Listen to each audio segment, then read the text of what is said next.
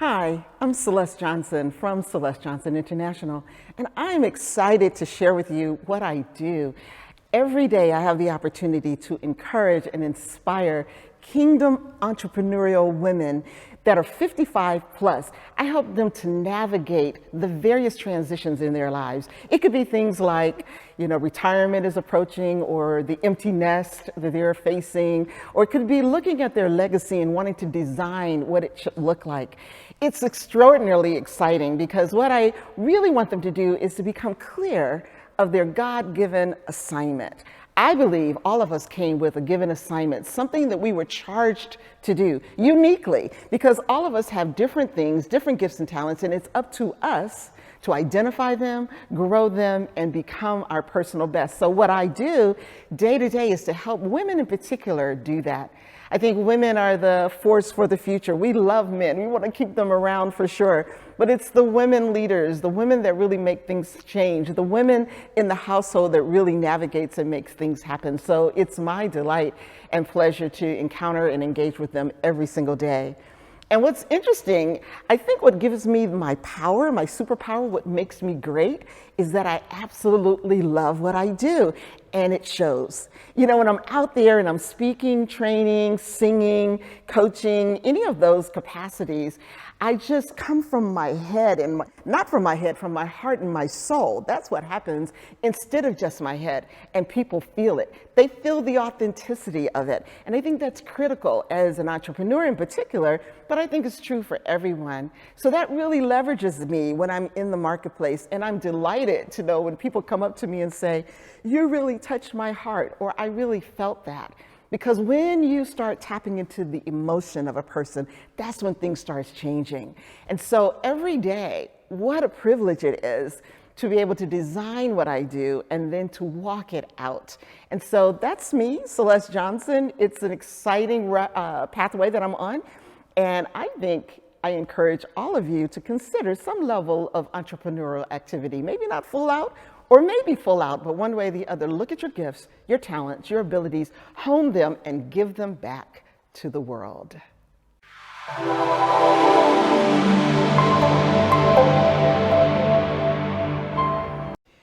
I was thinking about the life of an entrepreneur, and it's not always roses. It's a wonderful option for sure. I highly recommend it. But there are challenges, and I want to share with you a couple that I faced and how I overcame and what that did for my life and for those that I serve.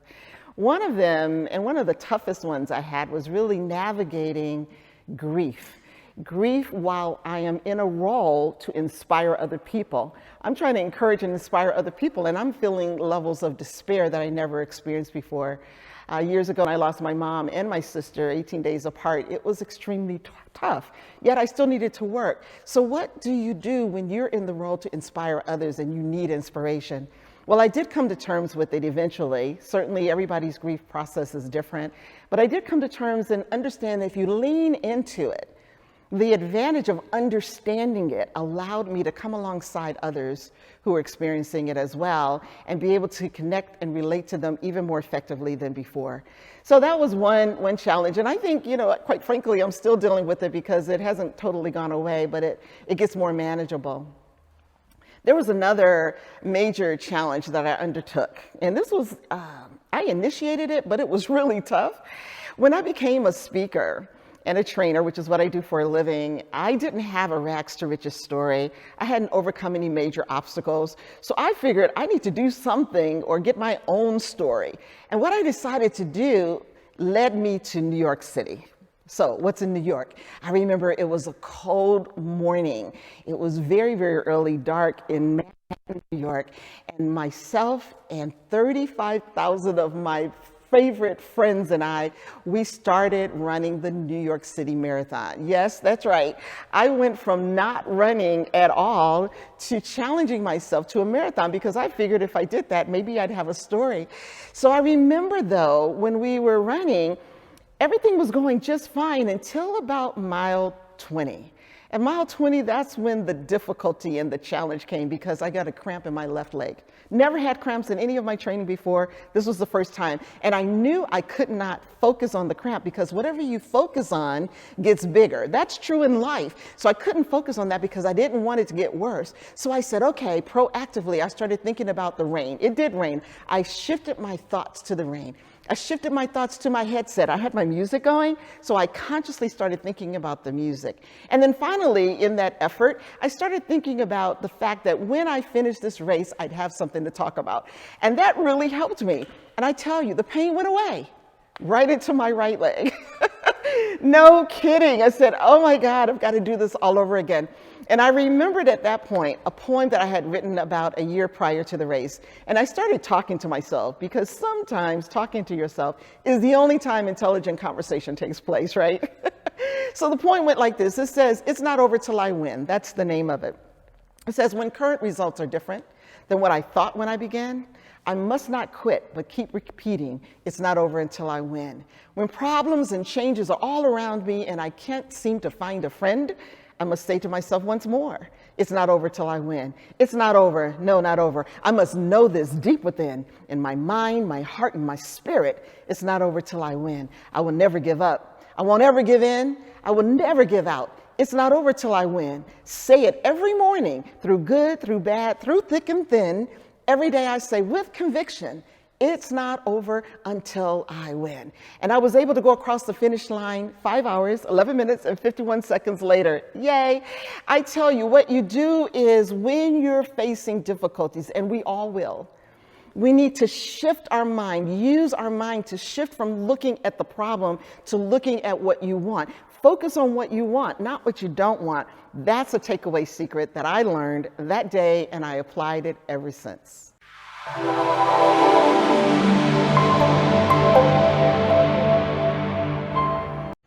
You know what? I have to say that I am so excited and honored to be a part of this docuseries.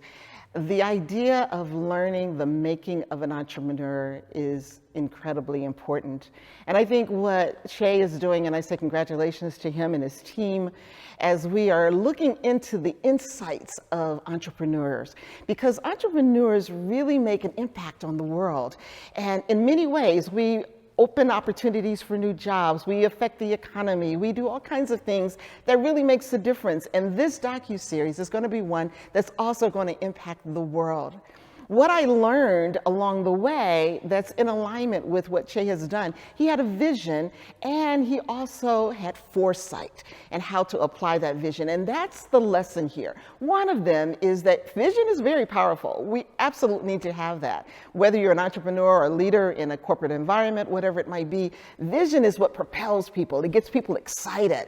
But vision alone is not enough. You need to have foresight. How do you apply it? How does it work? What are the possible obstacles? How do you navigate making that vision a reality? So the takeaway lesson is that vision and foresight together is where the power comes. So whatever you're doing, be mindful of the combination of that. It really makes a difference. And so as I go on and I look at other lessons, it's really important that I think about being persistent. As an entrepreneur, one of the things you're going to run into is challenges, character building opportunities, if you want to call it that. And what's necessary is that you have to have a level of persistence. You have to believe in what you're doing. You have to believe that it's possible. And when it's tough, it's easy to do it when everything is going well. It's when things get tough. It's when you lose and the idea that you had does not come to fruition. You know, when I think about persistence, I think about a historical figure that all of us know about. There's one of our former presidents, Abraham Lincoln. If you know his story, many of you have heard it. This man lost election after election. He ran for the Senate, he ran for the House, he ran for vice president. All of these he lost. I think it was 4 or 5 different losses he had. But did that stop him? No, eventually we're still talking about him because he tried again. If at first you don't succeed, you've heard this before, try again. That's a representative of being a persistent person. And as an entrepreneur, that's critical. I know there's many times I had plans and I expected clients to come through, and sometimes clients won't come through. Sometimes they say, it's gonna happen, we're gonna pay you, and they don't. Sometimes you hire people and they're supposed to show up and they don't. What do? You persist, you press forward, you keep going. That's what we do in life, because the people who persist are the people who win.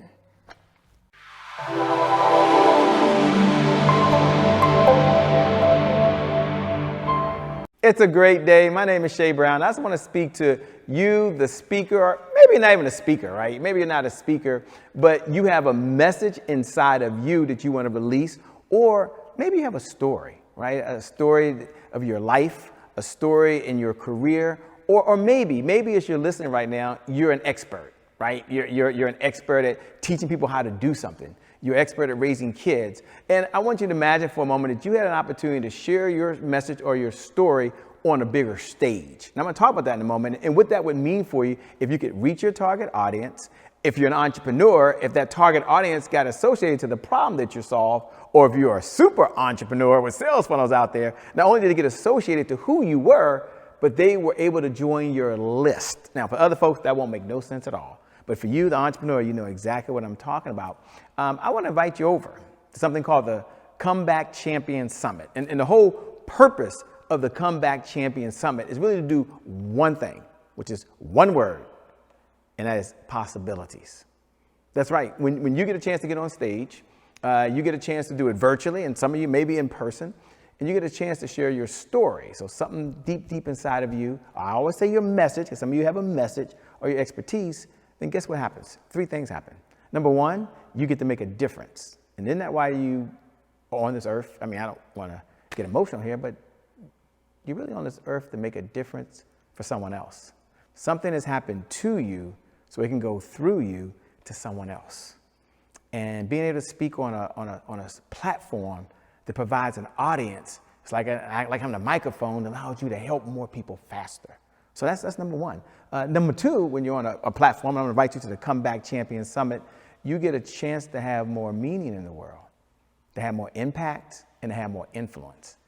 And that's really who we're looking for. We're looking for folks out there who have an interest, want, or desire of serving others. So if that's you, I'm going to invite you to go over to www.comebackchampionsummit.com. Again, comebackchampionsummit.com. Click the button. It'll say apply to speak. Go through the process. And if it's a good fit, can't wait to share your story over at the Comeback Champion Summit or any one of our platforms that serves other folks. With that being said, my name, by the way, is Shay Brown, the Happy Entrepreneur. Make it a great day, everyone, and we'll make some good things happen. We connect again real soon. See you out.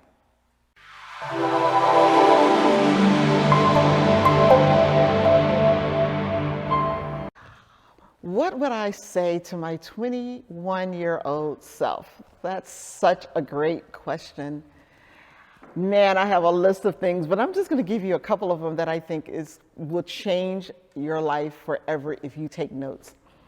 I wish someone had told me to know money so that I can grow money, to know more about how to make it, how to keep it, how to invest it, how to use it. The more you know about money, the better you can go about gaining it, leveraging it, and having it work for you. And at 21, the best thing I could say to a 21-year-old is this. Listen at this. Compound interest. Marry compound interest in your life. Let me tell you, you can never go back. When you're 21, if you start saving consistently at this time, it doesn't matter how large the amount is, large or small, just consistently start saving at 21. Later in your life, you have choices you never would have had before. It doesn't matter if you get to 40 and 50 and 60 and you understand money and you have chunks of money that you can put in, you would never, ever be able to recoup what you can get if you start at 21. I wish someone had told me that. I am serious. Please keep that in mind. Compound interest.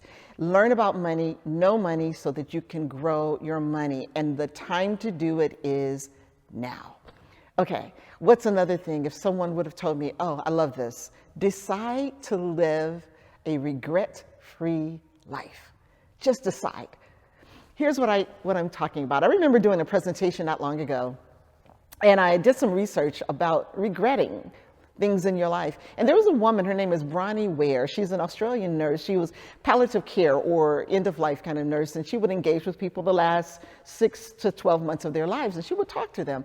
And she found out what their number one regrets are, actually the top 5. She actually wrote a book, The Top 5 Regrets of the Dying, which is really a powerful book.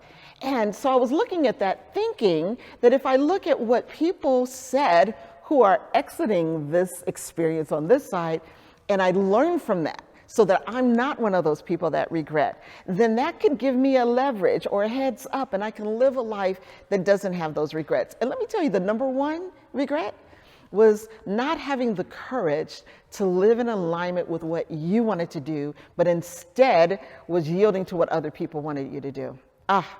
So I learned that, and I decided that right here and right now, going forward, no, I am going to operate on what makes me drive and what makes me happy, and not be, you can consider what other people want, but choosing the things that are going to keep me going and I won't regret it in the long run. I want to give you one more tool though. I want to expand on that, and that is to be true to yourself. There's a statement, and some of you have heard it before, Hamlet. Who wrote Hamlet? Yes. Anyway, he had a point in the play Hamlet, to thine own self be true. And the key is we want to be in alignment with our personal values. We want to be in alignment with what we believe. We don't want to sell out. Be mindful, be careful whether you're running your own business or working with other people or just in life. When others have values or things that are contrary to who you are, be careful with that. Don't necessarily go for the money or because it looks good or prestigious. Be true to yourself. It will make a huge difference in the long run. You can sleep at night. You can move forward with power and conviction. You can be all that you're called to be because God called you to do certain things, and you must operate in alignment with yourself. So to thine own self be true. That would be the other thing that I would say. It's a wonderful life, as Shay often talks about, but it's a wonderful thing if indeed we learn how to use money, how to make it work for us, to be regret-free in our lives, and then to be true to ourselves.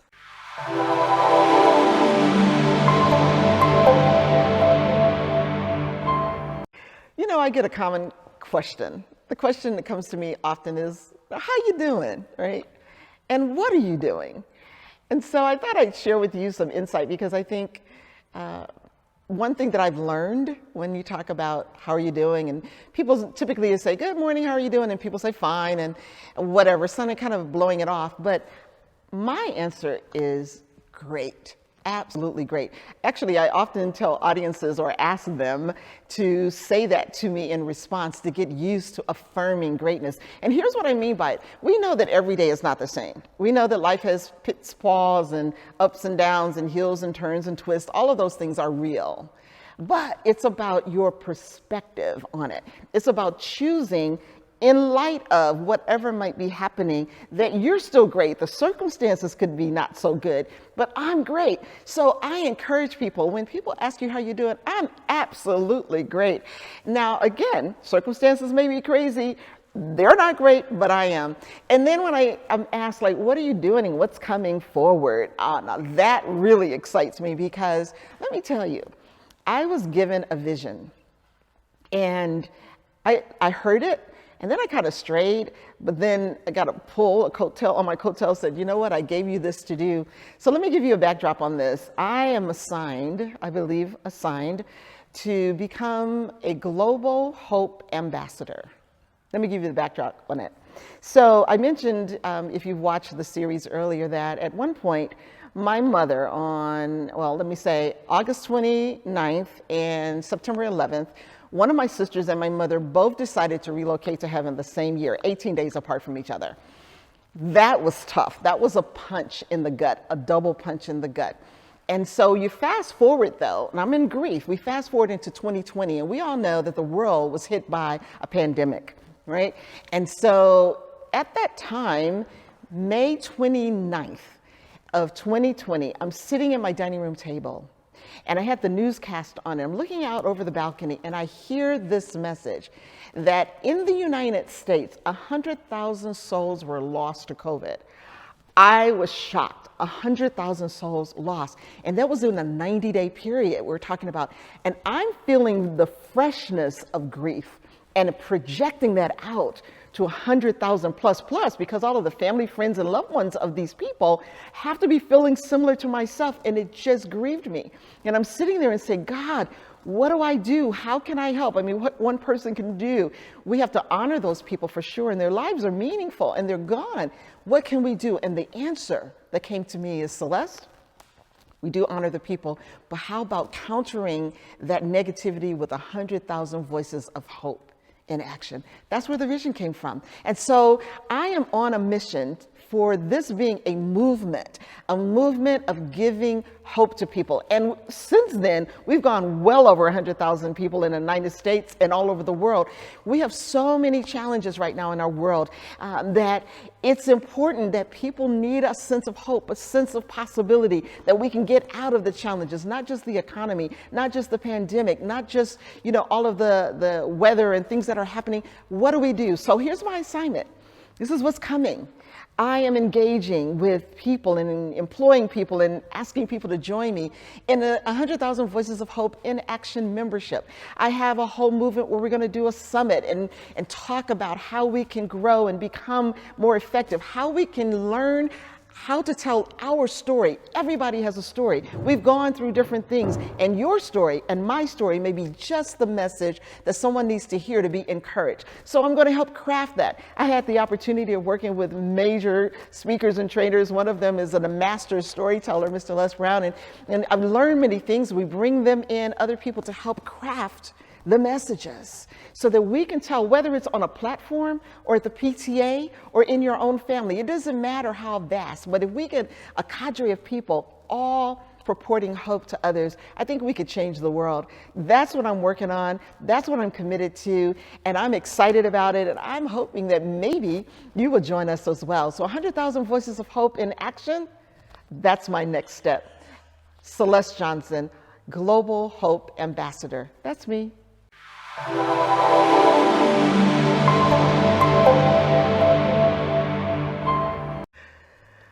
What's wonderful is when you get a call from a client, a future client or a past client who's worked with you before, and they call you back. Why do they call you back? Because obviously you've done something right. You've made an impact. You've made a difference, either in their lives individually or in their team. You've helped them to shift and change the way they think, the way they move, the way they operate, the way they engage with one another. And that is so rewarding. I mean, getting paid is a good thing too, but the real payoff is making an impact. And I think all of us have the desire to do that. So when I think about, why do people hire us as a company? Why do they want me to come back? There are lots of companies, lots of people out there. What is it about me? What is it about our company and the way we approach things that make people want to come back? First of all, I think that our values, the way that we operate, our commitment to making sure that we not only meet their goals, but our intent is to exceed them. We have to clarify what they are, but we intentionally make the effort to exceed them. We open the minds of people. We come with an energy that's transferable. I hear that all the time. When you come in, my passion for what I do is transferred to them because I truly believe in the best and the possibility of people. And that belief is what I give to the client. And that's what they feel, and they're inspired to do more. So not only the feeling, then I provide practical tools and tips for them to take first and second steps. That is exciting. I'll give you an example of something that I was working with a client, and she is a bright woman. She had hired me to work with her team. We did a whole team building. We did lots of things that worked really well.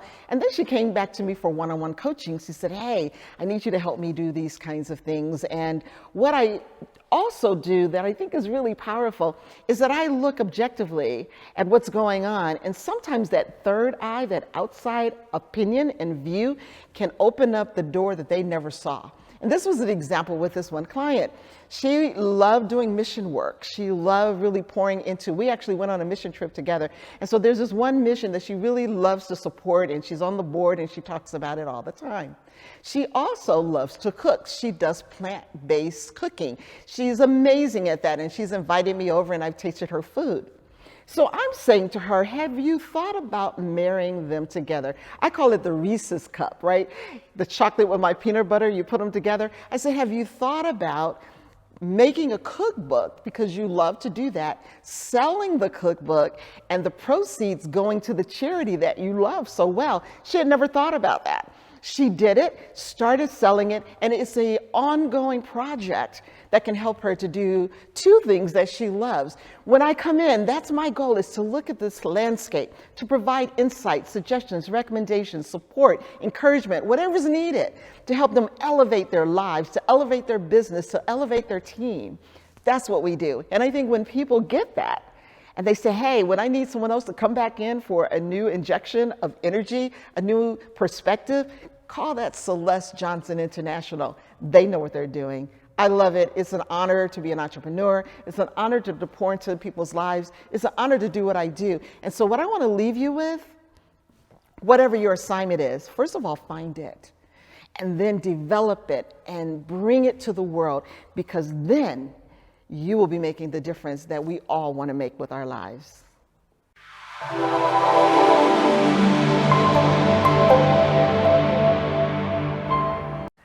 The making of an entrepreneur. Such a brilliant vision by Jay Brown. I am thrilled and excited to have had the opportunity to engage. Why? Because first of all, it's so needed to communicate the power of entrepreneurship and what goes behind the scenes. Oftentimes we only see the front side. We don't know what made up that person. We don't know their story. We don't know their challenges. We don't know their successes. And when we get perspective, that gives us depth and understanding. And so for Jay to decide with his team, which is amazing, I'm loving that every moment of engaging with them, because they're so on top of it. It's so professional. It's so what we need to do. When you do this kind of a DocuSeries, when you make this information available to people, you never know how far-reaching it will go. So to be a part of that, to be asked to be a part of that, is just an amazing and honor that I have. And so I would encourage you all, first of all, to watch the whole series. And there's different seasons. Come on, and there are going to be millions more coming up. And so watch them, support it, engage with the people that you see on the series, because they have a story to tell, and they may be just the ticket that you need in order to move your life to the next level. You always want to be engaged with someone like Jay Brown. They have a sales process and a team that works that's seamless. They send you emails, they send you things. You don't have to doubt, you don't have to wonder, you just follow the breadcrumbs. They are amazing, and I am proud to call them my friends and my colleagues, and I encourage you to follow them as well.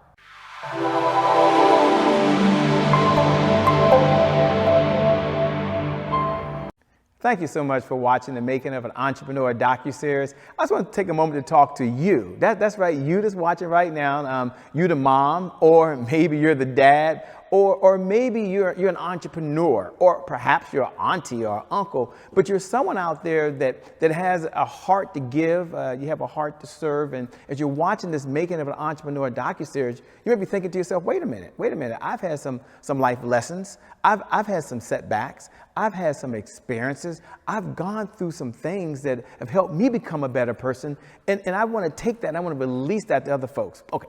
Maybe you're a speaker and you're already doing it. Maybe you've written books and you've already done that. Or maybe the story that's inside of you, the expertise that's inside of you, the message inside of you, this is the right platform for you to make a bigger difference and a bigger impact in the world. Now, this whole Making of an Entrepreneur DocuSeries, if you had to sum it up in just one word, and it's kind of hard to do that, but as I'm talking to you and you're listening right now, you might be saying, Shay, what's the one word? And the one word I would say is just legacy. Legacy. There's a legacy I understand that you want to leave for your family, and I get that. But there's also a legacy of your knowledge. There's a legacy of your expertise. And think about this. You're able to share your message or share your story or share your expertise.